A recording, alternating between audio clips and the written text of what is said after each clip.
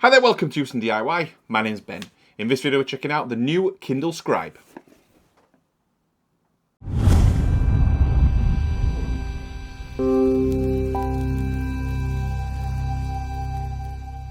Okay, for some time now I've had the original Kindle Scribe, which has been a great product. Really love it. Use it for reading books, ebooks on the Kindle side of things, then use it as a notepad daily at work. Really just at work, really as a daily notepad, jotting notes down before I then transfer them onto other systems. Obviously compared quite a lot to the Remarkable products and other similar products out there. I really like it for the Amazon ecosystem side of things, and obviously the kind of Kindle side of it with the ebooks, which has got a great ecosystem, great system behind it in terms of the books and all the infrastructure, etc. Payment system built into Kindle, Audible, and then you can obviously get the subscription service for the free books. Really good. So that's the kind of the reason why I've stuck with the Kindle Scribe and not tried the Remarkable Pro or the Remarkable products out generally.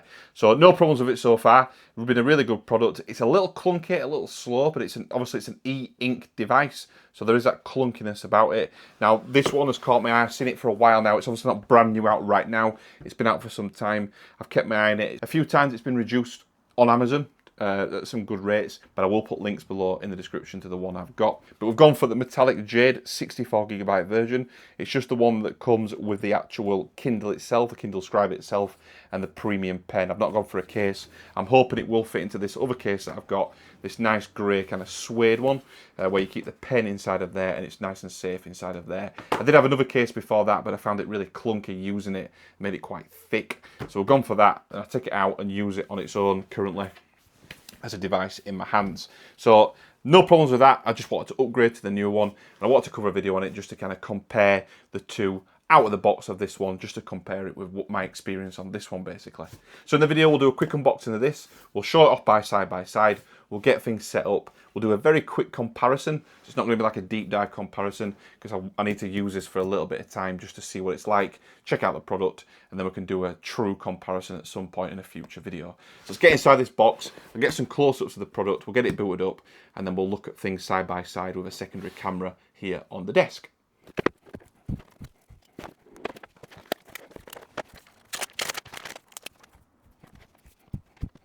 Okay, we're out of the box, we've got it here on the table. Very understated kind of unboxing process, bit of cardboard, bit of paper, wrapped really nicely. So simple unboxing, but really that's all you kind of need. So you can see here we've got the two kind of side by side. Size-wise difference, there is nothing really in it. You probably checked out the specs before, but there's nothing really in it whatsoever. The footprint of them, the weight of them is very similar, so a very similar product in terms of the hardware. I'm hoping that the benefits of this one are all in the internals, in terms of the software and the specs of the actual device. Maybe a bit zippier, a bit quicker, writing experience maybe a little bit better, hopefully, we will see. But obviously the colour of it, love the colour, that nice jade green metallic. Really nice, and we've got that equal bezel around the edge as well, the white part of it anyway, whereas that's a different design on the older one with the kind of overweighted bezel on this side where you hold the actual book itself, or the Kindle Scribe itself. So yeah, it looks a lot nicer, kind of with, I think just on the eye, that frame around the edge, the white frame does look a little bit better so far. So I'll step through the setup process, we'll get things working, I'll get some side-by-side footage, and I'll maybe use it for maybe just a couple of days in this video, just to give a very brief kind of first thoughts on the actual Kindle Scribe, the new one, just in comparison to this one, and then we will do a deeper dive into the future.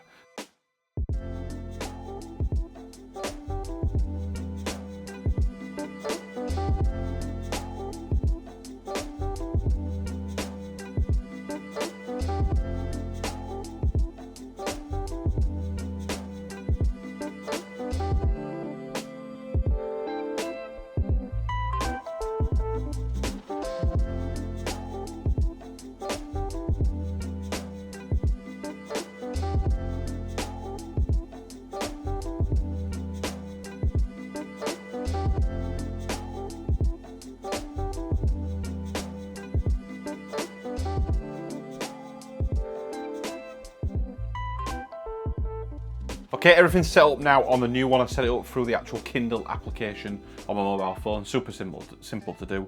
Only problem I was the Wi-Fi out in this place, in the studio, is really poor. So I just struggle to connect to the Wi-Fi, which is not this device. It's my general devices really do struggle. But it's set up, ready to go. In terms of the kind of speed or the quickness or the kind of jumping between screens, I'm not noticing that much of a difference. It might be slightly nippier, let's say, just between different screens, loading up different screens. But I'm not sure if that actually is true, whether it's kind of because it's new and it's my mind kind of saying it is. I'm not so sure. I think that will come out in more testing and more trying out of the different screens, drawing, writing, etc. on this one compared to that one, which I will do a full comparison of. But first impressions, I mean, it's not that much different to the original Scribe. I do like the style of it more. The actual framing of that bezel, of that white bezel, it does frame it much better, and it kind of makes the experience of it a little bit better. Whether that will be the same on the other colours, I'm not so sure, but the framing of that with the white bezel around there does seem to make the look of it a little bit easier on the eye, let's say, in terms of concentrating on that, and with the even bezel all the way around, and then just with the actual smaller section on the left still to keep hold of it. Obviously you can switch it around, it will auto-rotate to whichever way you want to hold it. But in terms of weight, as I mentioned before, there's no real noticeable difference, I would say. Maybe over a prolonged period of time there might be. This can get quite heavy if you are both the original and the new Scribe. If you are holding it, if you like laid down for example and holding it above you, it does become quite weighty, and that's one of the reasons why I got rid of the old case, because that even added even more weight to it. But I mean, you can also hold it with two hands as well, this one, because it's a lot bigger. You can use it in different ways, different directions. So it's not a heavy device as such. It just, like any device, I guess, over a period of time, it can become heavy in the hands. It can be the same just with a book at the end of the day, it can become quite heavy. So, first impressions, impressed. I like it, I like the style, I like the design, I like the layout of it anyway in terms of the original Scribe compared to this one. It's super simple, it's not overcomplicating it. You can read books, you can write notes. That's it, it's good. That's what I like about it. That's why I've not looked at other products. I'm not bothered about synchronizing my notebook anywhere. It works for me really, really well. It means I can read and write notes all in one device, which is what I wanted originally for the Scribe. So I'll stop talking for now. I will try this out over the next couple of days, working with it, writing notes and also reading. I will do that kind of over the probably 2 solid days before I come back and review. But I will be back in a couple of days and we will do a quick summary at the end. And then obviously I mentioned a few times, but we will do a bit of a longer term review of this as well. So we're back soon with a bit more of a summary on this device.